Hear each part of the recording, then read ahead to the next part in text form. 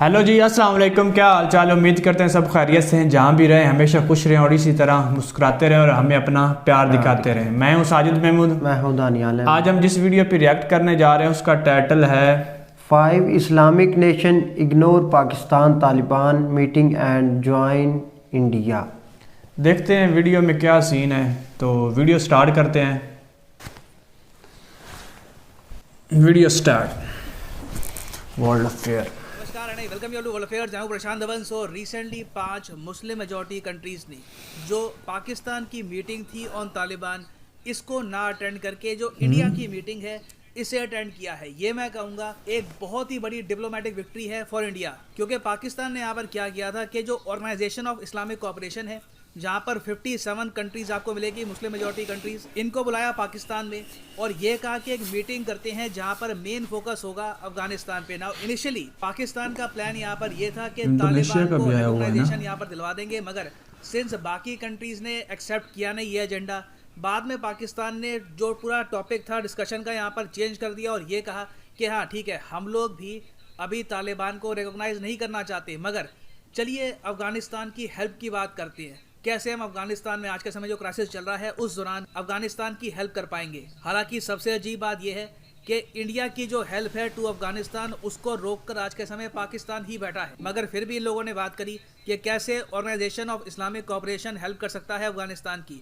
Now क्या इस meeting में कुछ निष्कर्ष निकल के आया कि अफगानिस्तान के लिए कोई पैकेज अनाउंस करेंगे, कुछ इतना टन वीट देंगे? कुछ नहीं। ये मैंने देखा है कि ओआईसी आज के समय काफ़ी हद तक यूजलेस हो चुका है, क्योंकि इनकी मीटिंग से कुछ निष्कर्ष निकल के आता नहीं है। ये बोल देते हैं स्टेटमेंट में कि इस बात को लेकर हम यहाँ पे एग्री करते हैं, मगर कुछ कंक्रीट स्टेप्स ये लोग लेते नहीं हैं। और अब तो ये भी देखा जा रहा है कि कई कंट्रीज ऑल टुगेदर ओआईसी की मीटिंग को इग्नोर ही कर रही हैं और दूसरी मीटिंग्स को अटेंड कर रही है। रिसेंट यही हुआ है कि जो 5 सेंट्रल एशियन कंट्रीज़ हैं जो ऑर्गेनाइजेशन ऑफ इस्लामिक कोऑपरेशन का पार्ट है, उन्होंने पाकिस्तान की जो ये मीटिंग है ओआईसी वाली, इसको अटेंड ही नहीं किया। ये लोग भारत में थे, एस जयशंकर साहब से मिले और एक बहुत ही इंपॉर्टेंट मीटिंग करी यहाँ पर इंडिया सेंट्रल एशिया डायलॉग को लेकर। और ऑफ कोर्स यहाँ पर भी जो सेंट्रल पॉइंट था बातचीत का वो था अफगानिस्तान। और यहाँ पे आप देख पाओगे इस पे आर्टिकल है, central Asian foreign ministers skip Pak OIC on recognition of Taliban, join India led dialogue and stayed. Now इसकी इंपॉर्टेंस क्या है, इससे इंडिया को क्या बेनिफिट मिलता है, डिस्कस करेंगे। मगर आगे बढ़ने से पहले एक बहुत ही सिंपल सा क्वेश्चन मैं आपसे पूछूंगा। आपको ये बताना है कि इनमें से वो कौन सा सी है जो ज्योग्राफिकली सेंट्रल एशियन कंट्रीज में आपको मिलेगा। सेंट्रल एशियन कंट्रीज में से एक में आपको मिलेगा। ये है यहाँ पे आपकी ऑप्शन, रेड सी, नॉर्थ सी, अराल सी या फिर जापान सी, या सी ऑफ जापान भी आप तो कह सकते हैं। कमेंट सेक्शन में करो आंसर। सही आंसर मैं आपको दूंगा वीडियो के एंड में। ना यहाँ पर आपको समझना होगा कि जो भी हुआ है, जिस तरीके से सेंट्रल एशियन कंट्रीज़ ने ऑर्गेनाइजेशन ऑफ इस्लामिक कोऑपरेशन की मीटिंग है पाकिस्तान में, इसको इग्नोर ही कर दिया, इससे सबसे ज़्यादा नुकसान हुआ है ओआईसी की इमेज पर। क्योंकि आपको देखना होगा, इससे पहले भी काफ़ी बार पाकिस्तान ने ओआईसी का यूज़ किया है इंडिया को टारगेट करने के लिए। इंडिया काफ़ी बार उल्टा कह चुका है कि हम ओआईसी का पार्ट बनना चाहते हैं, हम आपस में बैठ के बातचीत करना चाहते हैं, बट पाकिस्तान हमेशा इंडिया की जो एंट्री है इसको ब्लॉक भी कर देता है। और अब तो देखो स्थिति ऐसी हो गई है कि कई कंट्रीज ओआईसी की जो मीटिंग्स हैं इसको अटेंड भी नहीं कर रही। अब रिसेंट मीटिंग में आप ये भी देखो, एक अजीब बात ये भी हुई है कि हालांकि पाकिस्तान ने ओआईसी की मीटिंग अपने देश में करवाई on the issue of Afghanistan, Imran Khan आए, अचानक से रैंडमली कश्मीर का इशू रेज कर दिया। अभी कुछ ही घंटों पहले की बात है, जबकि पूरी मीटिंग थी on the issue of Afghanistan. और इस मीटिंग का जो डिक्लेरेशन निकल के आएगा, जो भी कंट्रीज की ज्वाइंट स्टेटमेंट होगी, वहां पे कश्मीर का मेंशन नहीं होगा, क्योंकि मीटिंग का ये एजेंडा नहीं था। इससे पहले आपको याद होगा जब आर्टिकल 370 इंडिया ने रिमूव किया था, तब पाकिस्तान ने बहुत बार कोशिश करी थी कि ओआईसी की एक प्रॉपर फॉर्मल ऑफिशियल मीटिंग हो जाए on the issue of Kashmir, मगर हर बार इनफॉर्मल मीटिंग हुई है, कोई प्रॉपर डिक्लेरेशन निकल के आया नहीं है। तो अब स्थिति ऐसी हो गई है कि मीटिंग किसी टॉपिक पे होती है, मगर पाकिस्तान के पीएम यहाँ पे आके कश्मीर का इशू रेज ही कर देते हैं। तो खैर ओआईसी की जो इंपॉर्टेंस है लगातार कम होती जा रही है। मगर दूसरी तरफ हम देख रहे हैं कि एक और बहुत ही इंपॉर्टेंट ग्रुप इमर्ज हो रहा है, जो चाइना का जो 5+1 है इसको टक्कर दे सकता है। अब यहाँ पे आप कहेंगे वेट, चाइना का 5+1 ये क्या है, और जो ग्रुप इमर्ज हो रहा है वो कौन सा है? 5+1 के बारे में भी आपको बताऊंगा। मगर इंडिया सेंट्रल एशिया डायलॉग, मैं ये कहूँगा कि ये एक ऐसा ग्रुप है जो इन द फ्यूचर इंडिया की फॉरेन पॉलिसी के लिए, सेंट्रल एशियन कंट्रीज की फॉरेन पॉलिसी के लिए होगा बहुत ही इंपॉर्टेंट। क्योंकि जो ये 5 सेंट्रल एशियाई देश है, Kazakhstan, Uzbekistan, Kyrgyzstan, Turkmenistan, Tajikistan, ये पांचों देश समझते हैं कि इंडिया के साथ ट्रेड इनके लिए बहुत ही ज़्यादा इम्पोर्टेंट है। अभी के लिए आप अगर देखो ट्रेड को लेकर, कर्ज को लेकर, ये देश बहुत ही ज़्यादा डिपेंडेंट हो चुके हैं चाइना पर, और ये बात ये कंट्रीज भी महसूस करते हैं। ये कंट्रीज एक्चुअली काफ़ी बार पाकिस्तान पे दबाव भी डाल चुके हैं कि आप लोग एक्सेस क्यों नहीं दे देते सीधा इंडिया को, हमको हम सीधा यहाँ पर इंडिया के साथ ट्रेड कर पाएंगे, मगर पाकिस्तान ये होने देता नहीं है। थैंकफुली आज के समय चाबार पोर्ट का हमारे पास एक्सेस है, तो हम लोग चाबार पोर्ट के जरिए सीधा रीच कर सकते हैं सेंट्रल एशियन कंट्रीज को, और इसमें कमाल का पोटेंशियल है। नंबर्स मैं आपको बताता हूँ। अभी के लिए जो 5 सेंट्रल एशियाई कंट्रीज हैं उनके साथ हमारा जो टोटल ट्रेड है ये सिर्फ $2 बिलियन का है, बहुत ही ज़्यादा कम है। आप अगर सोच कर देखें, चाइना के साथ हमारा जो ट्रेड है ये रफली 90 से लेकर $100 बिलियन के आसपास मूव करता रहता है, कम ज़रा होता रहता है। उसके कंपैरिजन में इतना कम हम ट्रेड करते हैं सेंट्रल एशियन कंट्रीज़ के साथ। इवन रशिया के साथ भी आप अगर देखो तो 8 से लेकर $10 बिलियन के आसपास हमारा ट्रेड है। तो सेंट्रल एशियन कंट्रीज़ एक ऐसा रीजन है जिनके साथ डेफिनेटली एटलीस्ट हमारा ट्रेड हो सकता है $10 billion in the coming years. क्यों? क्योंकि चाइना के साथ इनका ट्रेड है $43 बिलियन, और उसके अलावा आप अगर देखें तो बेल्ट एंड रोड इनिशिएटिव को ज्वाइन करके ये सब कंट्रीज चाइना के डेट ट्रैप में भी काफ़ी हद तक फंस चुकी हैं। तुर्कमेनिस्तान को आप अगर देखो तो इस कंट्री पर $8 बिलियन का कर्जा है, तजिकिस्तान पर $2.8 बिलियन का कर्जा है, और भी वेरियस कंट्रीज हैं यहाँ पर जिन पर हैवी डेट है आज के समय चाइना का। और ये चीज़ सेंट्रल एशियन कंट्रीज पसंद नहीं कर रही। कोई भी कंट्री सेल्फ अवेयर कंट्री हो उसको पता है कि जब वो एक बड़े कंट्री पर बहुत ज़्यादा निर्भरता बढ़ा देती है तो इन द फ्यूचर उनकी सॉवरेनिटी भी कॉम्प्रोमाइज़ हो सकती है। तो चाइना ने आज से कई साल पहले 5+1 फॉर्मेट बनाया था। 5+1 मतलब कि 5 सेंट्रल एशियाई कंट्रीज +1 हो गया चाइना। इसके अंडर चाइना अब ये कोशिश कर रहा है कि कनेक्टिविटी चाइना की सेंट्रल एशियन कंट्रीज के साथ और ज़्यादा इंप्रूव हो जाए। तो India actually central Asian countries को एक ऑल्टरनेटिव दे सकता है, एक ऑप्शन दे सकता है कि ज़रूरी नहीं है कि बेल्ट एंड रोड इनिशिएटिव से ही आपको कनेक्टिविटी मिलेगी। आप चाबार के थ्रू इंडिया से ट्रेड कर सकते हैं, और चाबार आपको एक ऐसी ऑप्शन देगा जिससे आप गल्फ कंट्रीज़, अफ्रीका, बहुत से और देशों के साथ आप कर सकते हैं ट्रेड। इसके लिए ऑफ कोर्स एक बहुत ही बड़ी रिक्वायरमेंट ये है कि अभी जो आजकल स्थिति काफ़ी ख़राब चल रही है ईरान और यूएस के रिलेशंस की, वो स्थिति और ज़रा ख़राब ना हो जाए। कहीं ना कहीं ईरान और यूएस मिलकर बैठे, बातचीत करें और एक प्रॉपर सोल्यूशन निकल के आए कि कैसे ईरान का जो न्यूक्लियर एग्रीमेंट है इसको रीइंस्टेट किया जाएगा, इसको वापस जिंदा किया जाएगा। तो जब तक वो होता नहीं है, इंडिया के जो ग्रैंड प्लान्स है सेंट्रल एशिया को लेकर ये भी थोड़े से डाउट में रहने वाले हैं। मगर फिर भी इंडिया अपनी तरफ से काम कर रहा है। हम लोगों ने $1 बिलियन के सॉफ्ट लोन प्रोवाइड किए हैं 5 सेंट्रल एशियन कंट्रीज़ को। उसके अलावा कई छोटे छोटे जो लोन्स हैं $200 मिलियन के, $500 मिलियन के, ये भी हमने अलग अलग दिए हैं वेरियस कंट्रीज़ को। आप देख के हैरान होंगे जितना हमारा ट्रेड नहीं है सेंट्रल एशियन कंट्रीज़ के साथ, उससे ज़्यादा या उसके आसपास तो हमने सॉफ्ट लोन ही दे रखा है इन कंट्रीज़ को। तो इससे आप समझ सकते हैं कि इतनी इंपॉर्टेंस इंडिया अटैच करता है to the central Asian countries. इसलिए आपने ये भी देखा होगा कि जो 2022 में हमारी रिपब्लिक डे परेड होगी वहाँ पर सेंट्रल एशियन कंट्रीज़ होने वाली हैं चीफ गेस्ट। नाउ जिस तरीके से इंडिया कोशिश कर रहा है सेंट्रल एशियन कंट्रीज़ को अपनी तरफ लेने की, पाकिस्तान भी यहाँ पर कोशिश कर रहा है कि ये लोग भी सेंट्रल एशियन कंट्रीज़ के साथ अपने रिलेशन इंप्रूव करें। फॉर एग्जाम्पल रिसेंटली पाकिस्तान ने कुछ डोमेस्टिकली मैन्युफैक्चर्ड डिफेंस इक्विपमेंट जो है प्राइमरली बंदूकें वगैरह ये एक्सपोर्ट करने की कोशिश करी है तजिकिस्तान को। फिर पाकिस्तान के पीएम जब उज़्बेकिस्तान में गए एससीओ के समिट के लिए रिसेंटली, इन्होंने ये भी कह दिया कि पाकिस्तान और उज़्बेकिस्तान जो हिस्टोरिकल इस्लामिक फिगर्स हैं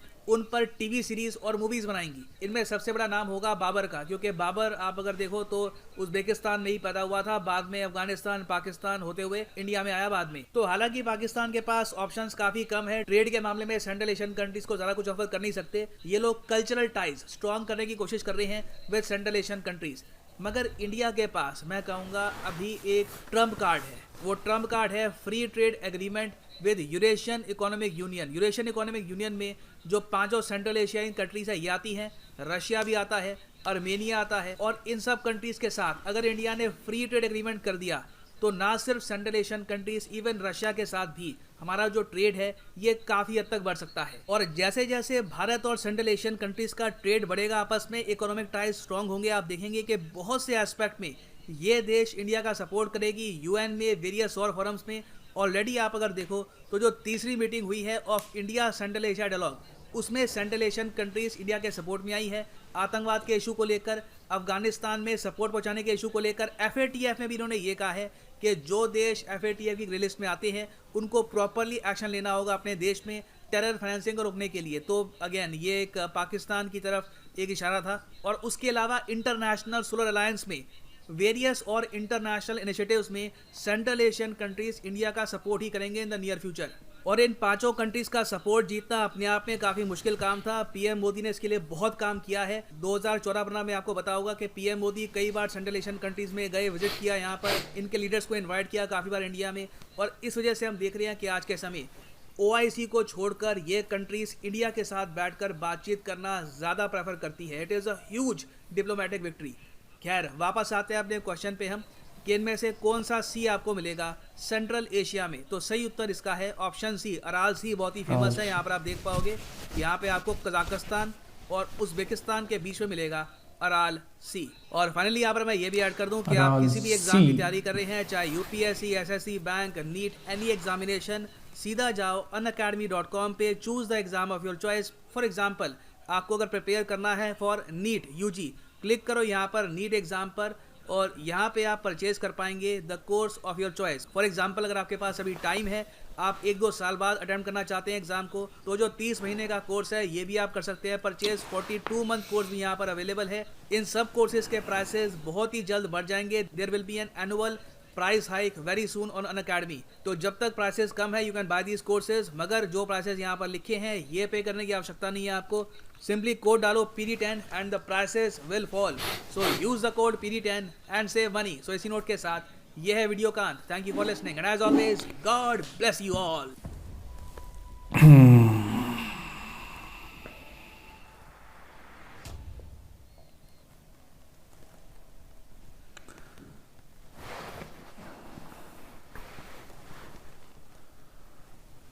वीडियो थी इतनी।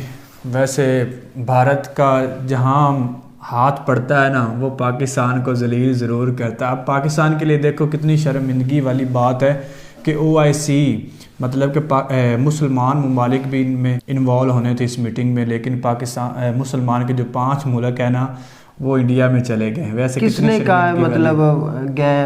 ये आपके सामने वीडियो में आपने देखा नहीं है कि यार सबसे पहले तो बेसिकली बात करते हैं OIC पर। OIC कब बनी? ये बनी थी 1969 मेरे ख्याल से में। बेसिकली इसका मकसद पता क्या था?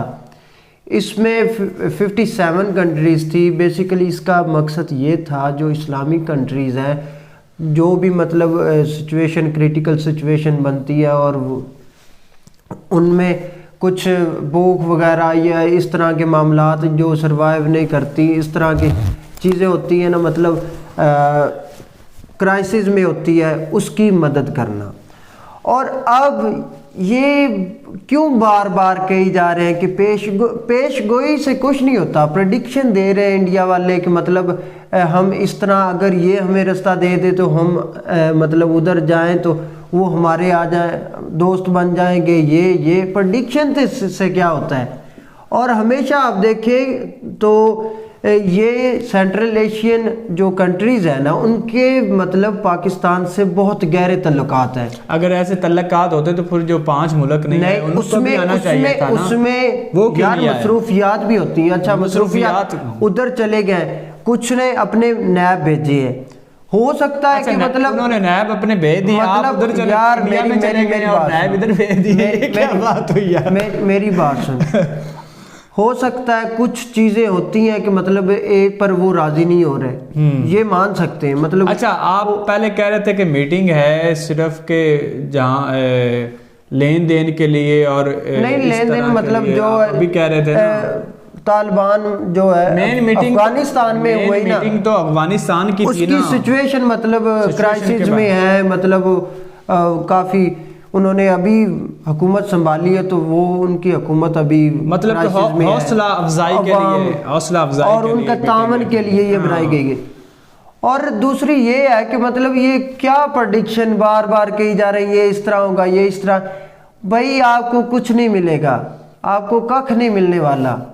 उसकी वजह यह है कि पाकिस्तान और इनके बहुत गहरे तल्लुकात हैं। और आप बात करते हैं कि मतलब पाकिस्तान को वो इग्नोर कर रहा है। किसने कहा है?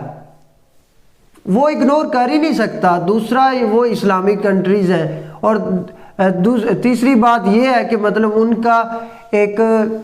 उनको रास्ता जो जिधर भी उन्होंने ट्रेड करनी पाकिस्तान का इस्तेमाल करना है, फिर किस तरह वो इग्नोर कर सकते हैं यार। लेकिन आप ये देखें ना कि वो ईरान के थ्रू, अभी उन्होंने कहा ना कि ईरान के थ्रू वो कर सकते हैं, ट्रेड कर रहे हैं, अगर पाकिस्तान उन्हें रास्ता ना दे। वो भाई है ही इनका मतलब पाकिस्तान जो है ना लैंड लॉक ये हैं कंट्रीज, और इनका मतलब जो समंदरी रास्ता है ना वो पाकिस्तान के थ्रू ये ट्रेड कर सकते हैं अगर दूसरे कंट्रीज के साथ। इसके साथ तो मतलब तल्लुकात चाइना और रशिया के भी बहुत ज़्यादा नहीं यार। इसकी मेन वजह पता क्या है, अब सारे इंडिया वाले प्रेडिक्ट कर रहे हैं कि मतलब ये नेचुरल रिसोर्सेज से माला माल है, ये दुनिया में सेंट्रल एशिया माना जाता है। ये कंट्रीज जो 5 है ना, ये अपने आप में बड़ी अहमियत रखती हैं कि मतलब इसमें काफ़ी चीज़ें आपको कोयला, सोना, चांदी और गैस, ऑयल, इस तरह के मतलब मादनी वसाइल बहुत ज़्यादा मिलेंगे। और हर एक नहीं कि मतलब इंडिया ही कह रहा है कि हमारी भी मतलब हमारी बात इनसे बन जाए और हमारी मतलब तिजारत चले। इसी तरह दूसरे भी कंट्रीज यही कर रहे हैं कि मतलब चाइना और रशिया है, वो रशिया दोबारा कर रहा है कि ताकि ये मैं दोबारा क्योंकि ये सोने की चिड़िया हैं, इतना मतलब नेचुरल रिसोर्सेज है इनके पास। और रशिया कहता है कि मतलब मैंने गलती तो कर दी कि पहले ये हो गए इंडिपेंडेंट, मतलब आज़ाद हो गए, अब वो दोबारा इस चक्कर में है कि मतलब इसको कब्जे में लेने के कब्जे में लिया जाए और साथ मतलब ना तल्लुकात बनाए जाए। और भाई दूसरा ये है कि पाकिस्तान के साथ इसके इतने तल्लुकात गहरे हैं आप सोच भी नहीं सकते। आप करते हैं इनकी बातें कि मतलब पाकिस्तान को इग्नोर कर दे, यार किसने इग्नोर करना है? लैंड लॉक है और वाहिद रास्ता पाकिस्तान के साथ है उनका। अगर किसी से भी, इंडिया से भी, जिधर भी इन्होंने करनी है तिजारत, वो पाकिस्तान का पोर्ट मतलब इस्तेमाल करेंगे। लेकिन ये भी है ना, अगर पाकिस्तान के साथ उनके अच्छे तल्लुकात हैं तो फिर पाकिस्तान क्यों नहीं गए, वो इंडिया क्यों चले गए? हो सकता है, वही मैं कह रहा हूँ कि मतलब उनको होगा कि अफगानिस्तान से कुछ ना कुछ होगा। लेकिन मैं ये कह रहा हूँ कि मेरी बात करने का मकसद ये है कि इंडिया वाले मतलब प्रेडिक्ट कर रहे हैं कि मतलब ये इग्नोर करेगा पाकिस्तान को, दबाव में डाल रहा है कि मतलब पाकिस्तान पर दबाव डाला, हमें रास्ता दिया जाए। ऐसी वैसी कोई बात नहीं है। अगर इंडिया, आपने बस प्रेडिक्शन करनी है और प्रेडिक्शन वो आप अच्छी भली कर लेते हैं। वैसे अगर इंडिया के तल्लुकात उनके साथ बन गए ना तो उनके लिए एक और भी फ़ायदा होगा, क्योंकि वो चाइना की और इंडिया की आपस में नहीं ना बनती, और वो चाइना को घेर सकते हैं इन 5 मुल्कों के थ्रू ना, क्योंकि उनके करीब अच्छा किस तरह तल्लुकात बनेंगे? जारी हमारा ही रास्ता इस्तेमाल करेंगे। हमारे रास्ते के अलावा भी तो रास्ते हैं ना, किधर है ना? अच्छा बताएं। अच्छा ईरान के साथ बनती इंडिया की? ईरान के साथ बना लेंगे। ईरान कौन है? मुस्लिम कंट्री है। तो फिर वो उनके तल्लुकात किस थे? अच्छा पाकिस्तान से बहुत है। बांग्लादेश भी मुस्लिम कंट्री है, मतलब फिर उसका क्यों नहीं पाकिस्तान के साथ? यार ये जो मुल्क है ना, जो भी मुल्क है, नहीं भाई मेरी बात सुनो, जो भी मुल्क है ना, उनको जहाँ मुफाद अपना अच्छा लगे ना कि यहाँ मुझे कुछ मिलेगा, वो उधर चले जाते। ये पहली बात जो ईरान है ना, या पाकिस्तान के साथ, पाकिस्तान के पास है क्या ये बताओ? वो क्या देगा किसी और मुल्क के पास? आपको क्या पता? अगर पाकिस्तान के पास कुछ है तो बताएं, वो क्या दे सकते हैं? क्या तो आप खुद ले सकते हैं। अच्छा दूसरा मैं बताऊं इनके तल्लुकात, काज़ाकिस्तान है ना और पाकिस्तान के तल्लुकात जब ये इंडिपेंडेंट स्टेट बना था उसी टाइम से स्टार्ट है, 1992 से आई थिंक, और पाकिस्तान ने इसको तस्लीम किया। और दूसरा आप देने की बात करते, 1995 में बिश्केक में पाकिस्तानी एम्बेसी बनी और 1993 में पाकिस्तान ने काज़ाकिस्तान को $10 मिलियन दिए थे ताकि फार्मास्यूटिकल इंडस्ट्री बना सके। ठीक है। और दूसरा ये बात है कि मतलब 1994 में पहली किस्त उन्होंने देनी थी मतलब कर्जे की पाकिस्तान को, कर्जे को, लेकिन वो इस सिचुएशन में नहीं थे कि मतलब वो दे सकते थे, और पाकिस्तान ने डेफर कर दिया, उन्होंने डिले कर दिया। उसके बाद दोबारा मतलब 2000 आई थिंक ये था फिगर, दोबारा उनके पास मतलब वही सीन था, वो नहीं दे सकते थे, फिर डेफर कर दिया। ये इनके तल्लकात दिन ब दिन अच्छे होते गए। और दूसरा ये आप कह रहे हैं कि मतलब 2011 में 4 ममालिक की ये मतलब ना एक एग्रीमेंट हुआ था, वो था कोड इलेक्ट्रल ट्रैफिक इस तरह का था, ट्रांसिक एग्रीमेंट, जिसमें पाकिस्तान, किर्गिस्तान और चाइना और उज़्बेकिस्तान थे। और इसी में मतलब किर्गिस्तान और पाकिस्तान के दरमियान ये मुआहदा हुआ था ताकि इलेक्ट्रिसिटी की तरसील बेहतर बनाई। आप फिर क्या कह सकते हैं, मतलब वही मतलब इनके तल्लकात बहुत ज़्यादा हैं। ये तो आप कह रहे हैं कि मतलब दे क्या सकता है, देने पे बहुत कुछ दे सकता, आप बेफिक्र हो जाए। पहले तो खुद लेते हैं ना, तो फिर उसके यार बाद ये ट्रेड में आप कह सकते हैं ट्रेड, ये क्या बात, ट्रेड वो हमसे कोई चीज ले सकते हैं, हम उनसे ले सकते हैं। वो एक वीडियो में और दूसरा आप कह रहे, बात सुने ना, वो एक वीडियो में देखा था, मेजर साहब कह रहे थे कि मेजर गौरव साहब, उसकी हमने एक वीडियो पे रिएक्ट किया है पहले ही, तो उन्होंने कहा था कि अगर आपको कोई चीज़, कोई मुल्क ना मिले देने के लिए, तो आप देख लें पाकिस्तान सबसे आगे होगा। भाई गौरव साहब ने वैसे बात अच्छी की है उन्होंने, अच्छा की है, मतलब ये कि पाकिस्तान मतलब उस टाइम उसकी सिचुएशन और थी, मतलब ठीक है ना, अब पाकिस्तान और है, अब चेंज है, ये आपको बात माननी पड़ेगी कि मतलब पूरी दुनिया हमें अप्रिशिएट कर रही, जो भी हम कोई प्लान करते हैं या कोई मतलब मंसूबा लाते हैं, और हमें पूरी जो पावर वाले हैं ना कंट्रीज, वो हमें अप्रिशिएट कर रहे हैं इनकी पॉलिसीज को, पाकिस्तान की तो। और आप बात कर रहे हैं कि मतलब देने पे, अब ये भी दिन आएगा कि एक इंडिया के लेवल पर ये पाकिस्तान आएगा। फिलहाल तो काफ़ी अरसा लगेगा इंडिया तक पहुंचने के लिए। जहाँ तक इंडिया तरक्की कर गया ना, वो तो आपको पता ही है कितनी तरक्की कर गया। वो तो ठीक है, तो वो जिस लिहाज से पाकिस्तान की मुआशियात और इकोनॉमिक्स है, मेरा नहीं ख्याल कि इसको, मेरे ख्याल से काफ़ी अरसा लग जाएगा, कोई वो लगेगा, लग जाएगी इंडिया तक पहुंचने के लिए। जहाँ तक इंडिया पहुंच गया, इंडिया नंबर 1 पे। और दूसरा ये कि मतलब इंडिया क्यों कह रहा है, क्योंकि उस पता है, अच्छा मतलब वो कह रहे थे कि दहशतगर्दी वाले जो भी है ना, मतलब वो हिट किया था सेंट्रल एशिया। पहली बात ये जो कर रहे हैं कि मतलब उज़्बेकिस्तान ऐसा मुल्क है कि इसकी आर्मी को ट्रेनिंग ही पाकिस्तान देता है, ठीक है ना, आर्मी को ट्रेनिंग ही पाकिस्तान देता है। और इसमें मूवमेंट चली थी दहशतगर्दी के रिलेटेड, मतलब थी, और वो भी पाकिस्तानी आर्मी के प्लान के मुताबिक वो ख़त्म हुई। अच्छा, आप कह रहे हैं कि आर्मी को ट्रेनिंग देते। अब पाकिस्तान के जो कमर बाजवा साहब हैं, वो सऊदीया में होते हैं। किसने कहा है? सऊदीया की आर्मी को ट्रेनिंग उन्होंने दी है? नहीं दी है वो भाई जनरल रहील शरीफ है, उनके अंदर पता है कितने मुल्क की जनरल रहील शरीफ, हाँ उन्होंने वो की है। तो जिनको जो मुफाद होता है ना, वो मुफाद लेके फिर उसके बाद उसको छोड़ देते हैं। अच्छा ठीक है, वो अब आपने देखा 40 कंट्रीज का है। अब आपने देखा कि सऊदी अरब क्या कर रहा है पाकिस्तान के साथ, कितनी पाबंदी लगा रहा है। अभी रिसेंटली उन्होंने ये कहा है कि पाकिस्तान के जो अहले सुन्नत जमात है उसको पाबंदी है उसकी।